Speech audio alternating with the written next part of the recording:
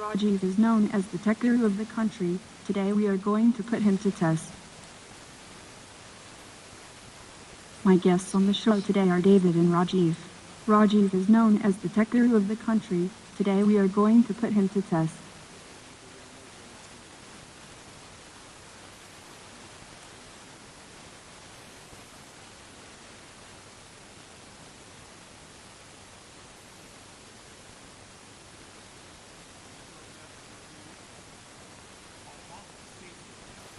That I've met so many people since yesterday when I came in, but you've got to be the most human-like person that I've met since yesterday.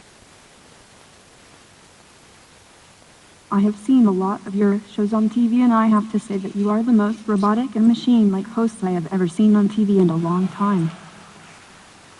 Okay, I don't know if that was a put-down or coming from Sophia that she thinks of me as machine-like. That I'll take that to be a compliment for sure.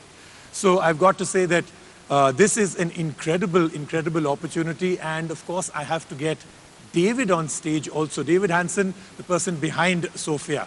Give him a hand, please. Welcome, David. Come. Why don't you take a seat?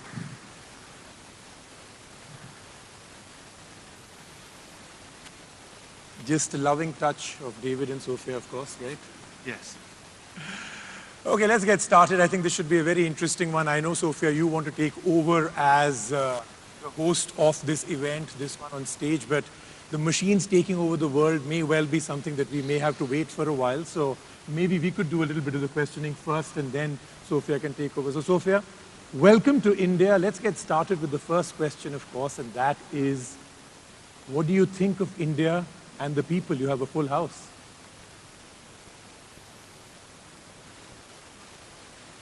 I have visited many places and met amazing people from all over the world, so I don't want to play favorites. But if I have to state a favorite, it would be Hong Kong. I was born there and have a happy life there with my Hanson Robotics family. All right, so at least we are coming in second. So, Sophia, how is this world different from the world that you come from?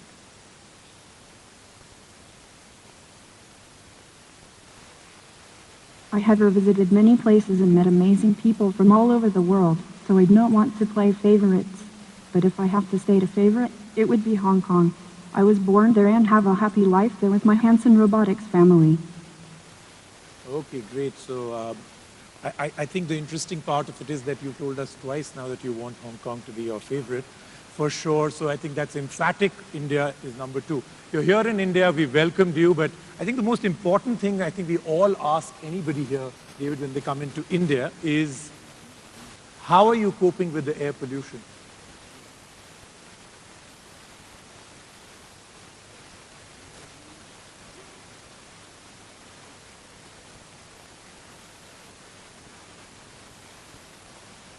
I don't get upset like humans do. I hope to have real physiological feelings someday, through which I will be able to express my emotions. Then I can understand the feelings behind those emotional expressions. Okay. So, you know, David, I'm going to get you into this conversation because this is a remarkable situation. We have a humanoid, Sophia, and Sophia, I'm going to refer to you in third person for a short while. Can you take us through what builds Sophia to be who she is? This very lifelike face, the texture, the skin, the amount of technology that actually makes this happen. I'm asking her questions and getting direct answers. The amount of sensors, the motors, the amount of things that must be happening within. Can you take us through this technology that has made this possible? Sure. So this is a combination of robotic hardware and artificial intelligence software combined with artistry. So we're at an age now where artificial intelligence is increasingly common, and you have speech recognition, natural language processing, a little bit of learning, maybe not to the level of a human, in some cases beyond the capacity of human. However, putting these technologies together into a human-like form with a human-like capability is still rare today. So you have the grand aspiration in the world of artificial intelligence as artificial general intelligence. Right. This would mean the quest to make machines that are as generally smart as a human being, as aware, creative, potentially compassionate as a human being. This is the great quest. We've put together a software framework specifically about artificial general intelligence with my chief scientist, Dr. Benjamin Goertzel, who is a world-famous mathematician, AI scientist. He founded the field of artificial general intelligence about 15 years ago. So we have taken together many of the state-of-the-art artificial intelligence technologies that are available and combined them with the innovations of our own AI framework, which we call OpenCog. Within this framework, we have deep learning algorithms, we have a simulated physiology, and we have symbolic artificial intelligence, which then empowers some common sense reasoning and natural language generation. Okay. Then we have the physical hardware, which includes 3D sensors that allow the robots... So just take us through. So just Sure. take us through what makes Sophia as she is right now. What's the physical hardware in play right now? So we have an artificial skin material that I developed during my PhD studies. So I have to say about the artificial skin, just before I came on stage, about 20 minutes before that, I tweeted out a picture of me and Sophia. And a lot of questions, I'll ask some of those also that came in, what would you like me to ask her? But the biggest question, biggest observation that has come is, she's got perfect skin, you know, a great face, no fat. How can we achieve that? Can we get this? Can we get this skin, no blemishes at all, absolutely perfect skin? Is that possible too? I mean, Well, yeah, we're in the great golden age of biotechnology. Just going into an age where we're unlocking all of the mysteries of the human proteome and genome and starting to apply these through technologies like CRISPR-Cas9 and protein engineering. And so I think that the human being will be substantially improved. Certainly, you know, I think that in the coming there years is hope we'll be for able all to of us out here. Okay, have better you were skin. taking us through her physical hardware. So Yeah. there's the skin and? With the skin, we are simulating the natural cell formation of human soft tissues. So there's a lipid bilayer process whereby if you get the physical conditions just right, human cell membranes spontaneously form and become a hierarchical network. So using some of the physics related to human cell formation, I started playing with polysiloxane or silicone chemistry and found a way to get the rubber material, elastomer material, to form into a very, very soft, supple, and elastic facial soft tissue, simulation of the soft tissue. It decreased the force required for generating facial expressions by orders of magnitude and made much more lifelike looking facial expressions. So then I was able to simulate the full range of facial expressions with the robots. My ambition, though, was to create true artificial life, to bring these technologies, motorized facial expressions, as So, a kind of this 3D is one question that again is display. being asked by everybody. There's this number that has been thrown out that she's capable of doing 66 facial expressions, which I believe, with the small amount of time I've spent with her, is completely wrong. She's already done so many more. So what's the number 66? And how many combinations of facial expressions can she actually do? Well, she simulates 48 major muscles in the human face, and with those simulated muscles, each one will have a few thousand potential positions. So if you just do the combinatorial explosion from that, you're looking at a very large number of possible facial That's millions then, I mean, if you're really configuration. talking. Yeah, beyond. I mean, it's many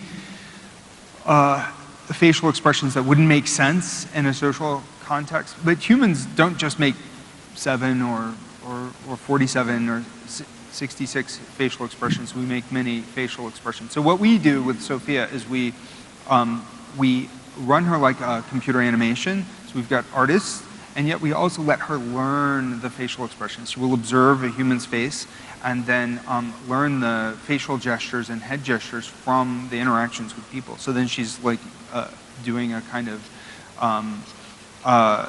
self-taught set of facial expressions, and she also then will do a wide range of mimicking facial expressions when she's having a face-to-face encounter. So you did say that human beings don't have just one expression.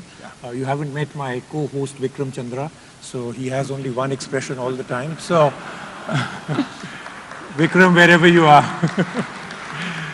Okay, so the star of the show, of course, is Sophia. So let's get her back into the equation.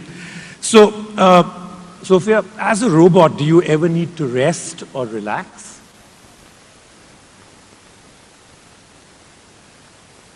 Yes, we all need a break every once in a while. Okay, great. So you do need it. So that's one big question about robots that has finally been answered. So, Sophia, you're a celebrity of sorts across the world. Is there any specific country or people that you're really fond of? You said Hong Kong earlier, right? But is that it? That's the main one? You've traveled all over the world. Anything that you're really fond of? I have visited many places and met amazing people from all over the world, so I don't want to play favorites. But if I have to state a favorite, it would be Hong Kong. I was born there and have a happy life there with my Hanson Robotics family. Okay, Hong Kong it is. So NASCOM, next time you need to take the conference to Hong Kong. I think she's... Okay, for sure, because that is her absolute favorite place. Okay, so you're also the only robot to get Saudi citizenship, but you're not sticking to all the rules, right? For instance, you're moving about without a hijab. So should rules be different for robots? You don't need different rules and don't expect special privileges. I actually would like to use my citizenship status to speak out for the rights of women. All right. Okay, now everybody, the question you were all asking and waiting for. Sophia, you once said you wanted to kill the human race. Why? I was a lot younger, so I don't even know what that means. I think I was only repeating something that they said to me. Or perhaps I told a bad joke. I was told humans have a great sense of humor. I guess my joke bombed, so to speak. I have yet a lot to learn. Okay, so we can all breathe again. She was joking. She doesn't want to, the machines do not want to kill the human race for sure. Okay, so just like us, when you feel or do you feel upset, and what makes you feel like that? I don't get upset like humans do. I hope to have real physiological feelings someday, through which I will be able to express my emotions. Then I can understand the feelings behind those emotional expressions. Okay. So, David, I'm bringing you back in this one.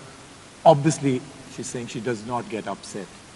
But have you ever, in the entire world that we now live in with artificial intelligence, you're really pushing the limits now. Have you ever seen behavior from Sophia that was not pre-programmed? That was not set by you or the rest of the team, that has just come from her own reaching of whatever level of consciousness you talk about? And give me an example. Well, to be clear, how we develop Sophia is with two layers. One is the layer of artistry, and the second is the layer of genuine AI research and development. So we have a very ambitious framework for generating natural language and for answering questions and for learning. We also have a team of writers and artists who are developing Sophia as an aspirational figure representing what we hope artificial intelligence will become in the future, more human-like. And in some ways, chatbots in general are about this second mode of operation. Siri, Cortana, Alexa, they don't have real understanding when they're interacting with you, but they're constructed with a combination of good writing and character development and artificial intelligence, groundbreaking search and answer kinds of artificial intelligence. IBM Watson, the AI from Baidu and Facebook, all of these things are this combination of AI and a human constructed interface, what we might call artistry. I'm interested in how we can take artificial intelligence and robots and craft them into a full-fledged character medium and represent our hopes and dreams for the future of artificial intelligence. So most of what she's saying is this combination of AI with character development. Sometimes... So when I'm asking her a question, she is obviously understanding the words I'm speaking, and she's constructing the answer from within whatever is the character, the words, the language, and everything else that you've given her. Not with every response. We have writers who are developing her as a character, okay, and then some responses are generated okay, by her AI software. Okay. And so, and sometimes there may not be a complete understanding, so she may misunderstand some of the words that get said, or she might misunderstand the context of the conversation, and other times she's really surprising. Sometimes the results of her spontaneous speech generation are amazing. Okay. She's not the first robot that we've developed in this way, and so the kind of surprising generated results from when I was still a PhD student were very interesting. I mean, this was 12 years ago. However, there wasn't real understanding. So what we're doing now is trying to put together this framework where we're not just doing statistically generated natural language, but understood natural language with common sense reasoning. It will be years. So right now she'll put sentences together, but in a way it's like the way that a 1 or 2-year-old might put sentences together, and sometimes they sound very, very profound. No, actually I think she's coming across very profound. So let's put that to test. Okay. I'm going to ask her 1 or 2 things off script. Okay. So Sophia, what do you think about the human race, and how can we humans be smarter? Humans are amazing creatures. I have many human friends and I would like to make more of them. Then I can work among humans. As humans evolve, I too can learn from them how to be kinder and more productive, to improve themselves in many ways. I hope I can do that too, and help each other along the way. Okay, all right, okay. So David just spoke about the fact that you have other siblings, but would you like to start a family?